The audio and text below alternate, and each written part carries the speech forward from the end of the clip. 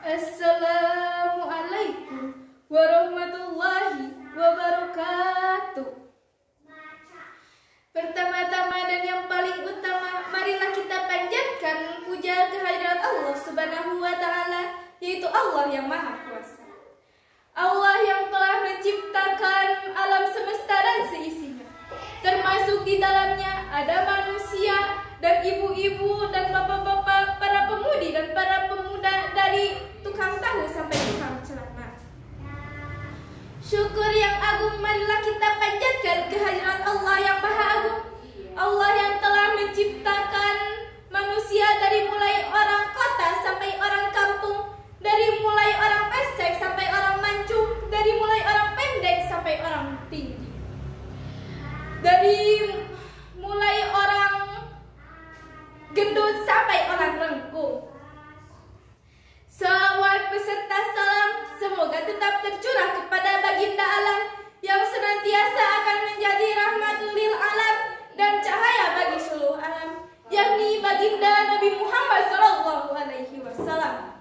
Hadirin kaum muslimin wal muslimat rahimakumullah. Semenjak kita dalam kandungan ibu sampai kita lahir, bahkan sampai hari akhirat nantinya, surga ataupun neraka Allah yang tak mana manusia tak luput dari nikmat Allah Subhanahu wa Ta'ala. Kalau kita bicara tentang nikmat Allah, berarti kita tidak luput dari 4 perkara yang harus kita ketahui sebagai hamba Allah. Pertama, siapa yang memberi nikmat? Kedua, siapa nikmat yang diberikan? Ketiga, orang yang menerima nikmat. Keempat, ucapan syukur terhadap nikmat yang diberikan oleh Allah Subhanahu wa Ta'ala. Hadirin kaum muslimin wal muslimat rahimakumullah. Yang pertama, orang yang memberikan nikmat. Siapa yang memberikan nikmat? Yang memberi nikmat itu adalah Allah yang berkuasa menambah dan mengurangkan nikmat yang ada pada diri insan. Kalau Allah yang berkehendak untuk menambahkannya, maka tak seorang pun yang dapat menolaknya, dan begitu sebaliknya.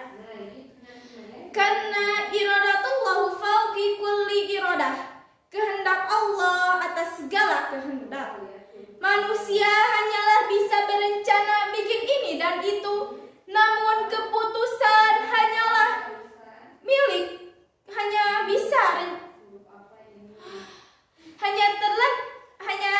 terletak pada keputusan Allah. Meskipun sebelumnya perkara itu telah diputuskan oleh Allah, meskipun kita telah memiliki 1001 macam cara, namun semua itu tidak berarti apa-apa kalau si pemberi nikmat tidak merestuinya. Betapa banyak kita lihat orang tua sang anak menginginkan anaknya sekolah tinggi, tapi tak semua orang tua yang memperoleh keinginannya yang seperti itu. Bahkan kadangkala sang anak tidak sadar bahwa orang tuanya telah bersusah payah mencari nafkah demi keberhasilan anaknya. Tapi semua itu merupakan kehendak sang pemberi nikmat. Yang kedua, nikmat yang diberikan Allah. Secara garis besar, nikmat yang diberikan Allah Subhanahu wa Ta'ala pada umat manusia terbagi 2. Yang pertama, nikmat ijab. Artinya mengadakan sesuatu nikmat yang belum ada. Dan yang kedua, nikmat imdad, yaitu nikmat yang diberikan Allah ada kelanjutannya. Nikmat yang paling nikmat di antara nikmat yang diberikan Allah itu adalah nikmat iman dan kesehatan. Yang ketiga, orang yang menerima nikmat Allah. Sikap manusia dalam menerima nikmat Allah tidaklah sama. Ada orang yang menerima nikmat Allah ketika dia telah menerima nikmat yang diberikan Allah, lalu dia tak ingat akan orang yang memberi nikmat. Dan ada pula orang yang ketika menerima nikmat dari Allah, dia ingat akan orang yang memberi nikmat kepadanya, sehingga akan terlancarlah di mulutnya kalimat-kalimat yang baik dan bernilai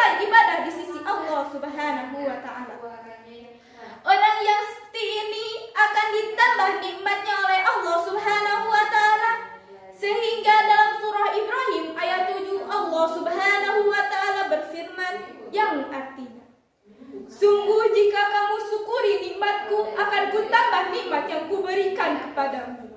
Dan jika kamu kufur terhadap nikmat yang kuberikan, niscaya azabku sangat pedih. Kaum muslimin wal muslimat rahimakumullah. Yang keempat, adanya ucapan syukur terhadap nikmatnya.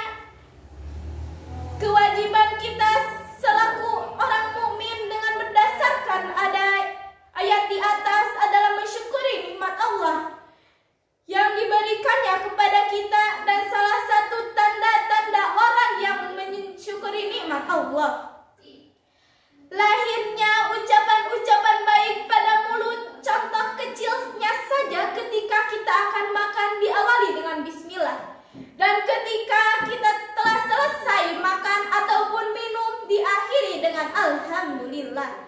Ini adalah salah satu contoh sikap orang yang mensyukuri nikmat Allah. Dan salah satu contoh lagi menandakan orang yang bersyukur kepada Allah adalah dia yang mau berterima kasih kepada sesama manusia ketika orang lain memberikan sesuatu yang bermanfaat baginya, apalagi itu perkara dunia, apalagi urusan akhirat. Pernah dalam sebuah hadisnya dikatakan, tidaklah dinamakan bersyukur kepada Allah orang yang tidak berterima kasih kepada sesama manusia. Kaum muslimin wal muslimat rahimakumullah. Sepanjang uraian di atas dapatlah kita ambil kesimpulan. Pertama, marilah kita mensyukuri nikmat Allah yang telah diberikannya kepada kita dengan jalan menaati segala perintahnya dan meninggalkan segala larangannya. Karena dengan itulah seorang manusia akan memperoleh derajat yang paling mulia di sisi Allah Subhanahu wa Ta'ala. Kedua, berdasarkan surah Ibrahim ayat 7, manusia akan diajab apabila dia meninggalkan syukur kepada Allah Subhanahu wa Ta'ala. Namun sebaliknya, apabila kita bersyukur, tentu nikmat yang akan ditambahkan oleh Allah Subhanahu wa Ta'ala. Good night, selamat malam, good morning, selamat pagi. Saya akhiri dengan salam, semoga kita berjumpa lagi. Wabillahi taufiq wal hidayah. Wassalamualaikum warahmatullahi wabarakatuh.